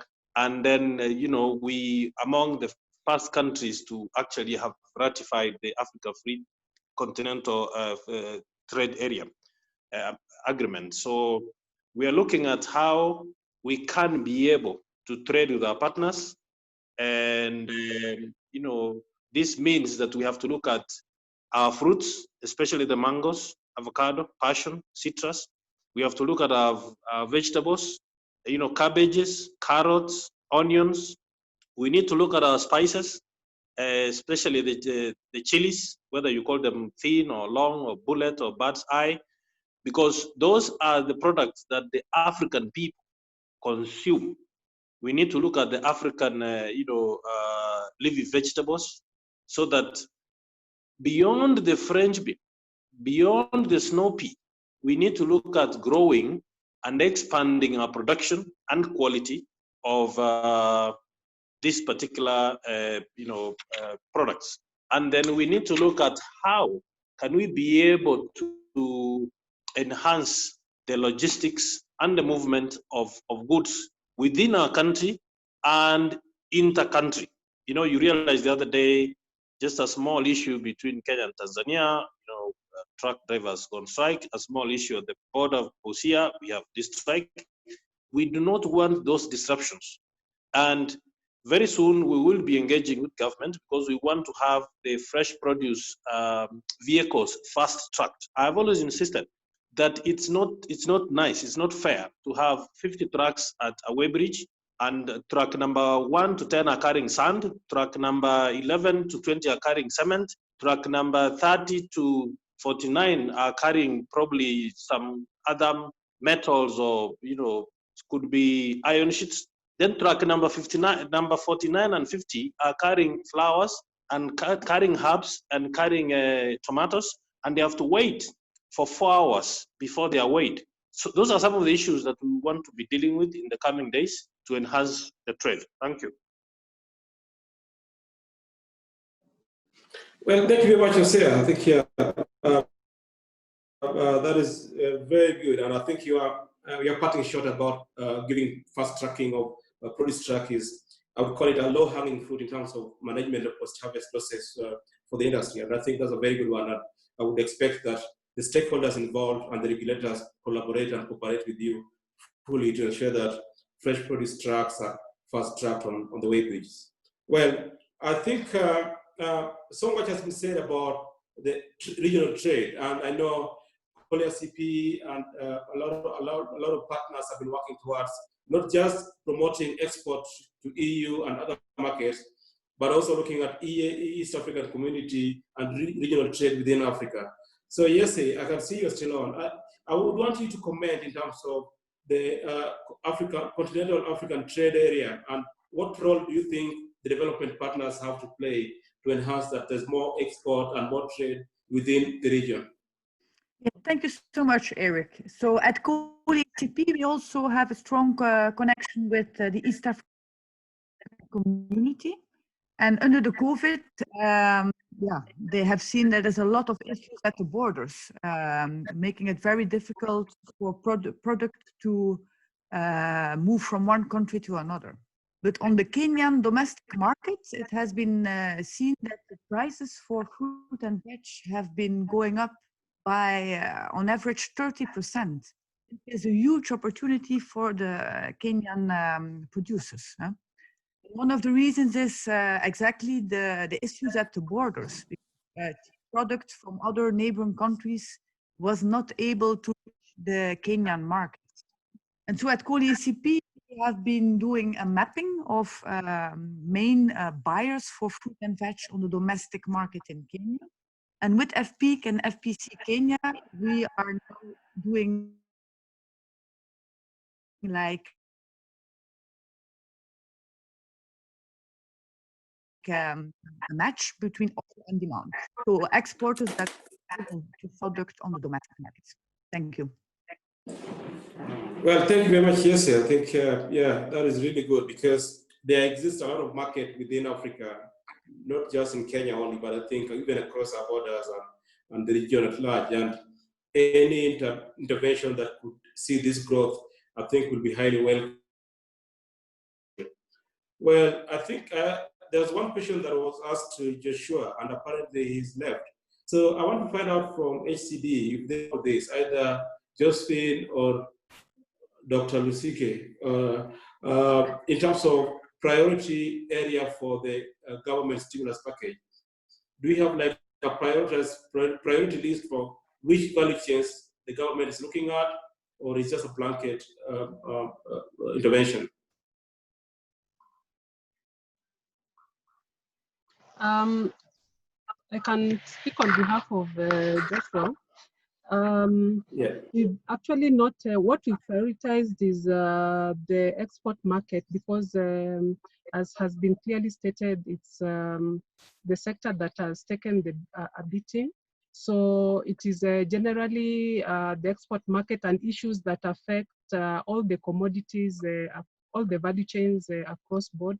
Because if you're talking about the SPS issues, freight issues, access to inputs. So these are aspects that are related to all the value chains. So also some of them have an impact on the domestic market because also as you've noted, and I know Yesi has indicated about the increased prices of the fruits and vegetables. So this is also closely associated with the increased prices in inputs, so it has actually pushed up the prices of the domestic fruits and vegetables, and then also the restriction in movement.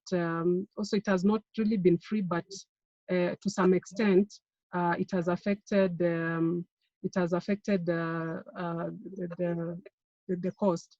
So we've sorted out, as I mentioned earlier, we sorted out the movement, but however, these other aspects touching on ensuring production, for the cost of production is down, ensuring the logistics are seamless, and also ensuring that the quality aspects are maintained. So these are just general aspects that are affecting all value chains that broadly, as government, if they're tackled then, it will enable the sector come back to where it was. Yeah, thank you. Good. Thank you very much, Josephine. I think now it is very clear that the priority will be export crops. So I think whoever asked that question has been now duly answered. And I think there's one comment on the stimulus package. So I would want to welcome one more comment from the stimulus package. So please proceed. You didn't tell me your name when you sent the question, so my apologies. You can just say your name, then you make a comment on the stimulus package.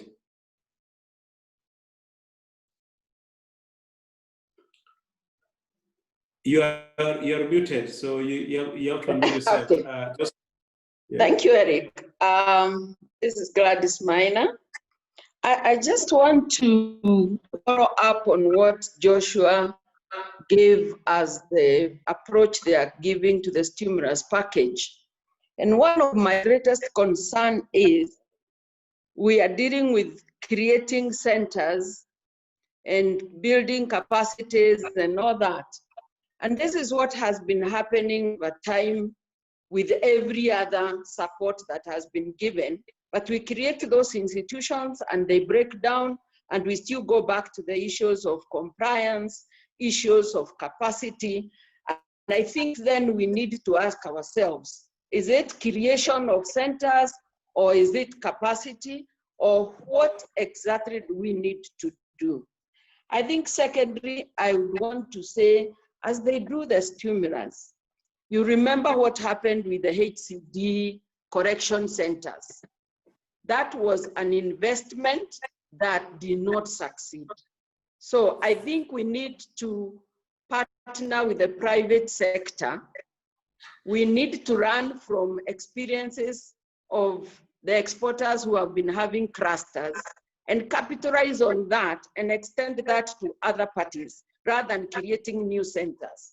So I think the other thing I wanted to say is it is very important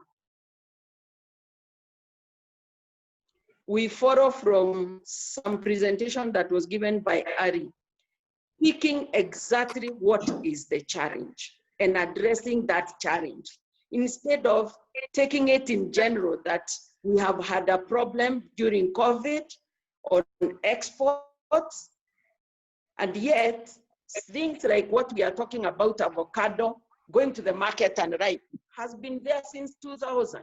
We have lost markets because of that since 2000.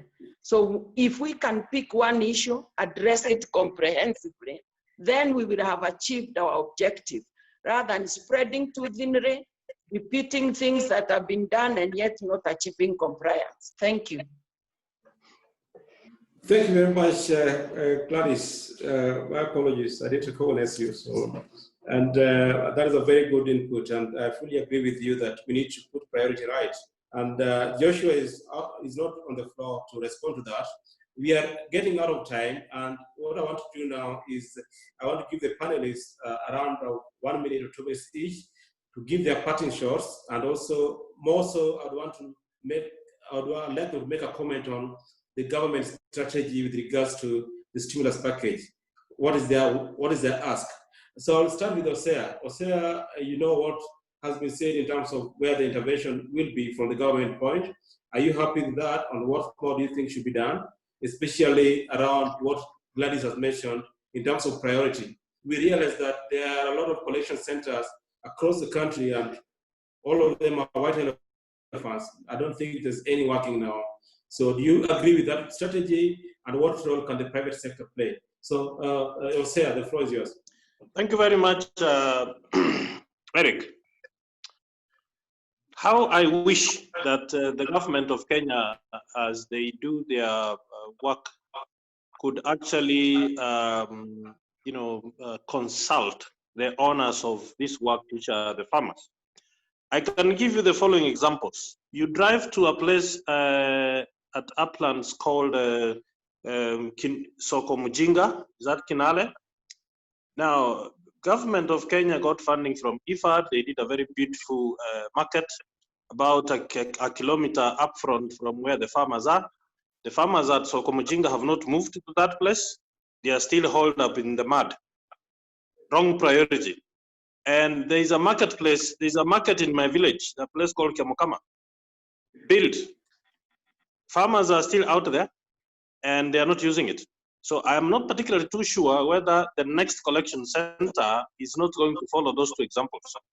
What is needed is support the farmers to be able to build their capacity on good agricultural practices, and support them to do the certifications needed, and support them to ensure that they follow the required market SPS protocols and guidelines, and support the farmers to be able to get good seed, affordable chemicals and so on. And then we can talk about how do we ensure that we have food safety how do we ensure that the farmers, are able to, aggregate their produce and sell it to the next person? That's what, from where I sit, that's what I would want to look at. Thank you very much, Jose. I think you've really summarized it very well. So as I mentioned earlier on, that all your wishes will be shared to the government in terms of a strategy paper from the industry. So my friend Rick is taking notes of all your wishes and we shall share it in a very kind of comprehensive way. So I know Clement has left and there's Edith Muroti from KFC. So Edith, if you're on the floor, what is your parting shot and what is your wish to the government with regards to the stimulus package? Thank you so much, Eric, for the opportunity. I know as flower sector, the main aspect or issue that continues to worry our members is also the cost of freight. In terms of support, easing the way easing the process in terms of inspections and the whole process of export. I know for sure ICMS has been a challenge for the sector, and it's something that we're already discussing with KRA, but ideally support in ensuring that there's smooth export procedures in place to support the farmers. That will be my parting shot. Thank you very much, Edith. I think that is really good. And I think there's one more request. Let me just check the chat here now. Okay, there is Isaac Yate from Kefis. You want to talk about the stimulus package. Please proceed. Chair, thank you. I think a little bit contribution about the stimulus package. As you know, much of what we produce goes to the international markets. We've been having issues with the interceptions on capsicum, and right now we have FCM on roses. My thinking would part of this stimulus package come in handy to come up with a fumigation chamber. This fumigation chamber can be used to enhance phytosanitary compliance, mostly for flowers going to countries that would accept products like methyl bromide. And even there was some companies that export some of these products like the chilies to the EU who do phosphine gas, fumigation by usage of phosphine gas. And we have supportive data that these companies, they don't get interceptions. So could this part of stimulus package be channeled towards establishment of this? Because if we can be doing fumigation, then even human resource expected to do some of these grading into the context of COVID. If you don't have more graders down there and we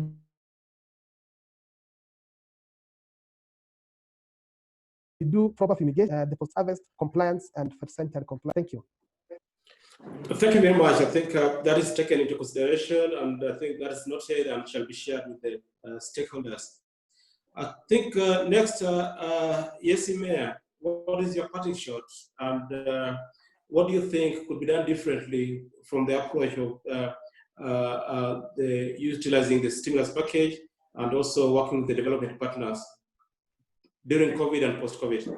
Yeah, so regarding the stimulus package, I think it is important that the sector associations give guidance, such as FP and Kenya Flower Council and FPC Kenya, because they know best what their members do.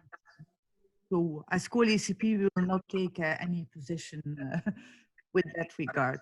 What we feel is that when we look at the companies, there's different segments, there's different value chains. Flowers have been affected heavily, avocado less, but also we see smaller companies are struggling more. They don't manage to pay their outgrowers, they don't have enough cash flow to start new production. For them to survive is very difficult. And from the surveys we did, we see that many of them for several months in a row don't do a financial break-even. So there, on the long run, they might face bankruptcy. So as COLICP, we will have a different approach to these very small companies and try to, especially on the business side, coach them as much as we can, because there is a very high risk of losing the business. So that is my my personal opinion, that those smaller companies are even struggling more. And I think long run diversification of markets will be key, because this is a first crisis of a pandemic, but maybe in the next 20 years we will have others. So also focusing on domestic and regional markets will be important for companies to reduce risks. If you only rely on one export market, you are very vulnerable when something goes wrong. So that's it for me. Thank you very much, yes, for such a strong parting shot, and I fully agree with you that we need to integrate the approaches and make sure that we don't have overlaps. And thank you very much for your support. I think we are coming to the end of it, but I want just a 1 minute welcome to one Susan Mogure from ITC, International Trade Center. Susan, do you want to make a small comment in terms of women in agriculture and how you think they need to be supported in terms of the strategic interventions that are being discussed around? If you're on the floor. Just exactly 1 minute, please.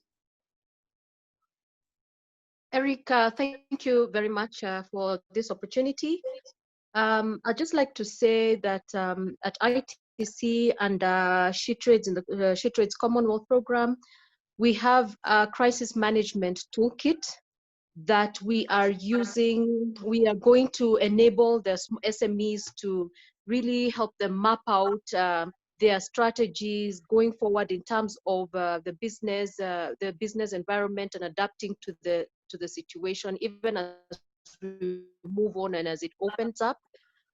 We are proposing, we've actually had some discussions with SOCA about hosting this crisis management toolkit being hosted at SOCA, and we will have a lot of partnership in the near future with SOCA to be able to help women-owned businesses get support in terms of recovery, capacity building. We have some business coaching coming up, business coaching activities coming up, and so there's a lot in the short term towards the recovery and resilience process that we're going to do in the coming few months to be able to help the SMEs, but in particular who have been very hard hit, to be able to have a speedy recovery and to be able to be prepared for the season, for the coming season. So we are looking forward to work with existing partners, and we're really excited about the partnership with SOCA. Thank you, Eric.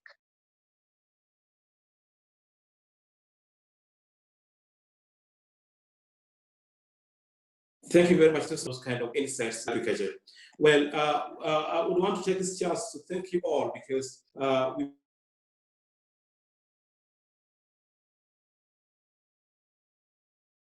had very much for your patience. Thank you very much for dialing in. So at this stage, I would want to hand over to Ricky Aguda, who is the CEO of SOCA, then he will bring us to a close. But otherwise, all this discussion shall be shared. So if you can drop your email address, then I think you'll get some of the presentation and some of the updates from this discussion. And we look forward to having you again. So Ricky, have the floor. Thank you. Okay. Thanks, Eric, for taking us through that discussion very, very ably. I just want to give a vote of thanks to all our panelists, to Yesi Mayor, to Clement Kulezi, to Hosea Masuki, to Grace Charles, he had to leave, and also to Grace Ogiali, and of course Josephine. You stood in for both Grace and Josephine at some point. So we wish to thank all of you for your insights, for what you shared. As the moderator did mention, this particular discussion that we will feed into relevant channels, including the National Technical Transformation Working Group. And again, the idea is just to consolidate different interventions and and see how we can best support the industry. So we captured the key talking points. We are happy with seeing that there are efforts, from Calvo, from HCD itself to organize additional forums to just support different value chain actors at the different levels and the different challenges that they are facing. And the main purpose is really to get a good idea in terms of what from government, from private sector, and also from development, what the opportunities are to synergize recovery efforts and strategies for the horticulture sector. So we want to thank all of you for your insightful remarks, for the very good questions. Please keep dropping your emails in the chat, even as we close. We'll just leave a bit of a window so that we capture all your addresses, and we welcome you to just follow all our channels, follow HCD with the access, follow government to the relevant channels, follow social to the relevant channels, and let's keep updating each other. I think my parting thought would be we really need open platforms in order to harmonize a lot of the interventions that are going on, and information sharing will take us a long way further than keeping locked in silos, and that's really what we've been demonstrating from what the panelists have outlined to us in the last 2 hours. So thank you all for your time. We wish you all a good afternoon ahead. God bless you all. Okay, bye everyone. So keep safe and have a better part of the day. Thank you.